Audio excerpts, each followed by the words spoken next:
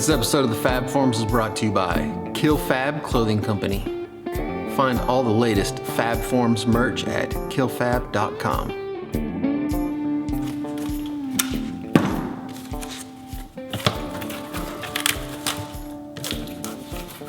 What up, peeps? So, as you can tell by the title of this video, finally got the Goose to the dyno. And because it was so noisy there, I didn't really do much commentating at the dyno. So I'm gonna kind of walk you through it after the fact, kind of let you know what happened, how it went, and give you some numbers and all that good stuff. Just out here right now packing some orders. I have the Jack Daniels caps back in stock, so if you missed these things, back in stock right now for, I'm assuming, probably a limited time. So if you wanted one of those, if you wanted to make a catch can out of a Jack Daniels bottle, like that, got these cool little billet caps that basically just slide right in the top of that thing. It's got a, it's threaded for a fitting, and it's got a little vent on it. So anyway, dyno time. So the Goose has kind of been on hold for a long time, mainly because I just haven't quite got it 100% dialed the way that I want it. Just little things like the alternator wasn't charging as much as I wanted it to, or some of the interior pieces weren't back in the car, or just little cosmetic things that wouldn't really matter, you know, to take it to the dyno, to the track. But I'm one of those, like, I want it to be totally done and ready before I move on to the next step, which is probably why things take me so long, but it's just how I am. But in this circumstance, it's been so long that I was like, you know what, I'm just gonna schedule some time at the dyno, do what I can to get it ready to go, and then take it, and then kind of get that first step out of the way. The dyno, the Goose, I've been kind of driving it on the street and playing around with it, and it's pretty close. I mean, the big stuff has auto tune, so I can just click that thing in auto tune, kind of get out and drive it around, and then see what it needs. It's really not that hard to tune at full throttle, as long as you can log that data. But there's a lot of things within the fuel map and stuff like that that need to be cleaned up that I didn't necessarily address. Also wasn't 100% sure about my timing table, so that was another thing I wanted somebody else to kind of look over my shoulder on. And then there's things like enrichment after start, and those things that is like the choke of EFI. You know, when I first fired this thing up, it kind of want to die. Once I got it warm, it was fine, but I wanted to get all that sorted out too. I mean, this, to me, I want it to be a much more streetable car than a race car. So those things are really important to me. Maybe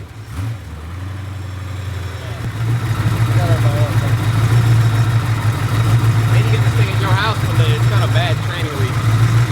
I think it's coming out of distance tubes. We're gonna like throw off the trans band or whatever.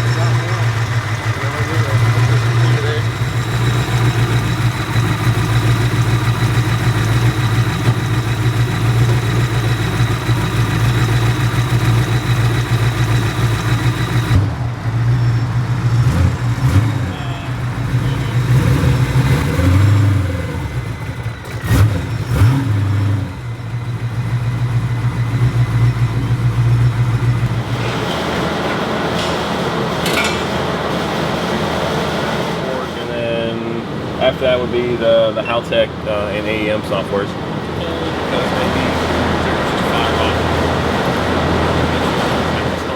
So anyway, I grabbed a couple of my buddies, and we headed to Greenville, South Carolina, over to SD Racing LLC, I think, yeah. And Sean over there took care of me, knew his stuff, jumped right in, even though he wasn't that familiar with the big stuff, software. He kind of looked over before I got there, and he jumped right in and was just started, you know, whacking on those tables, and really kind of looked like he knew his way around that software, even though he hadn't done anything on it before. So, I mean, just for that reason, you know, getting all that stuff cleaned up, you know, all the stuff that we did before we even made our first pull is really what I was there for. Now, on the Goose, I've got 3-pound springs in the gates. The idea behind that was so I could leave real soft at the track or out here on the street or whatever I was doing. I could leave soft, and then with a boost controller I could put something on top of that, make more boost. And so that was the idea with the really small springs.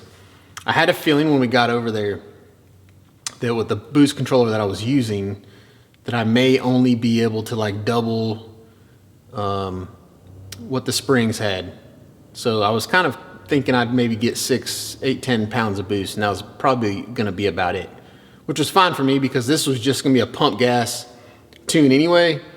I figured we'd go over there, kind of get the tables cleaned up, turn up the boost, make 6, 7, 8, 10 pounds, whatever I could make on those springs with the boost controller that I had on pump gas, and then I could come back later on some race gas or E85 or whatever I decided to do and try to make some big power pulls.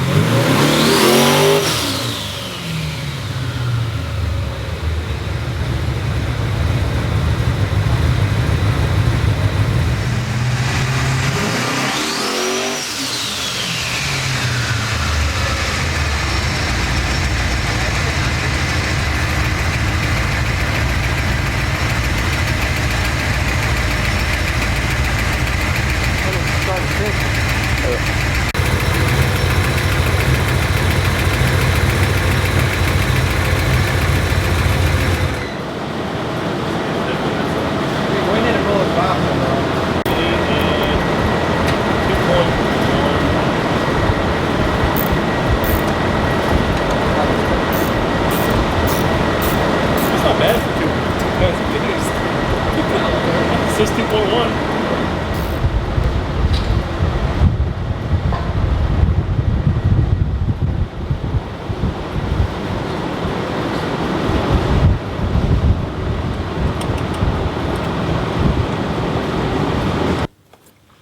So get over there, we made a couple pulls, and I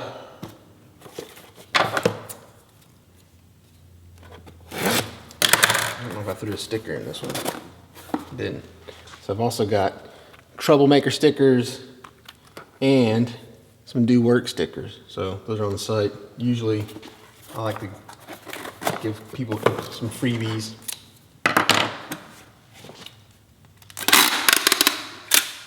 So long story short, got it on the dyno, made a couple pulls on the gates themselves, just on the gate springs, and it made, I think right out of the trailer, it made like 411 to the tires. I was kind of thinking it would go 440. That's kind of what I was shooting for, just based on my injector size and the current duty cycle that I was seeing on the big stuff. So I was thinking like 440, it went 411, not too far off. Cleaned up some of those tables a little bit, and it went like 435 or 430-ish. I think it did 435 at one point, which was exactly, what I thought it would do. It was only showing 2.5 pounds of boost, so it wasn't making as much boost as I thought it would be. And I actually think we were doing all the pulls in low gear.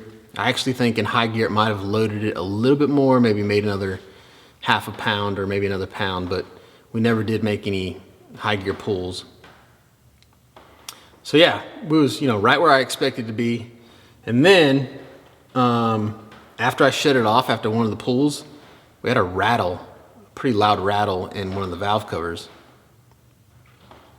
Sounded like a rocker arm, wasn't too freaked out about it, but pulled the valve cover off just to make sure.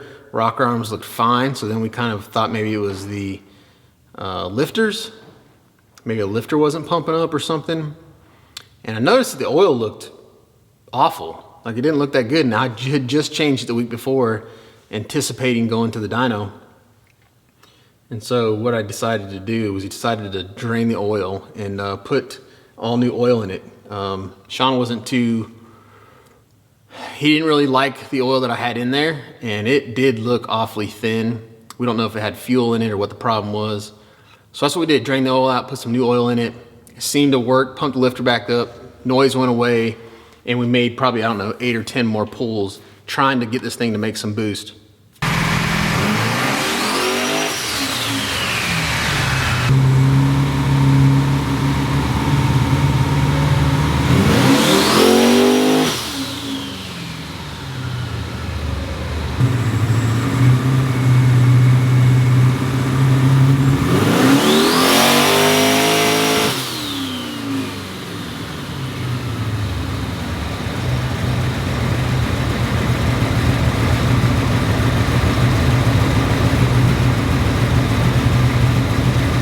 Not sure what it is. I don't know if the solenoid's bad on that boost controller, or maybe I didn't have the boost controller figured properly. So it's got like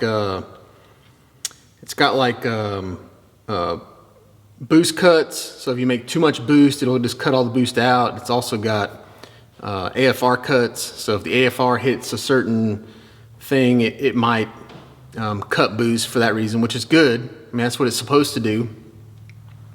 But on the dyno, initially when I'd whack the throttle, you'd get a really lean spike just for a millisecond.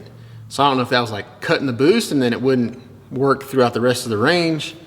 It could also have to do with, you have to set it up when to trigger that thing to come on, and it's based on boost pressure. And so, maybe I think I had it at 3 pounds or something, and maybe it wasn't making enough to trigger it to kick on, and I haven't really had time to play with it since I've been home. But I think what I'm gonna do is I'm just gonna eliminate the boost controller I have now, which is separate from the ECU, and I'm just gonna control all the boost with the ECU. So that's the plans now, is kind of switch everything over. The Big Stuff 3 has, you can like ramp in boost with the PWM, or you can actually do it in stages. So I'm just gonna set up one of those, try to figure out what it is I want, set up one of those, and just go that route versus using that Innovate setup. So if you've been wanting the Innovate boost controller, it has the oxygen sensor and all that stuff built into it, hit me up. I'll probably sell it, I don't know, half price or something.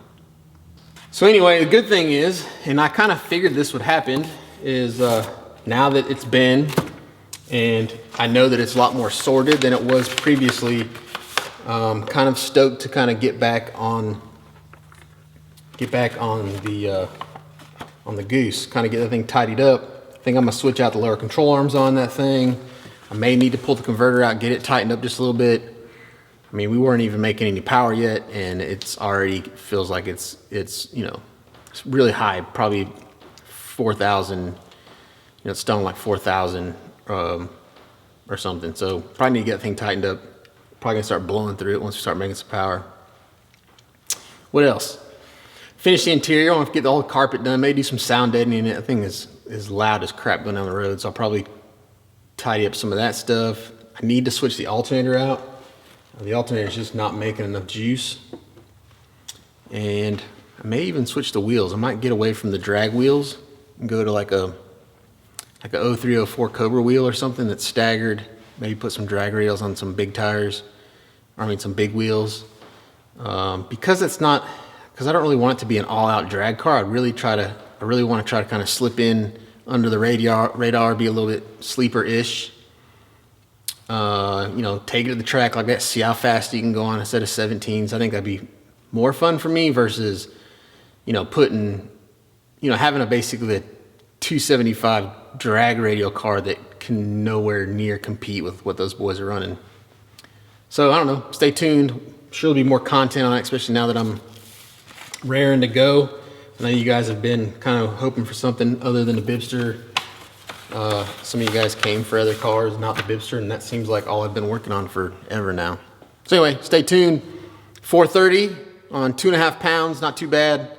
Pretty stoked about that. Like I said, we'll get some things cleaned up and take her back, try to make some real power. Anyways, as always, thank you for joining me. I'll see you guys some more this week.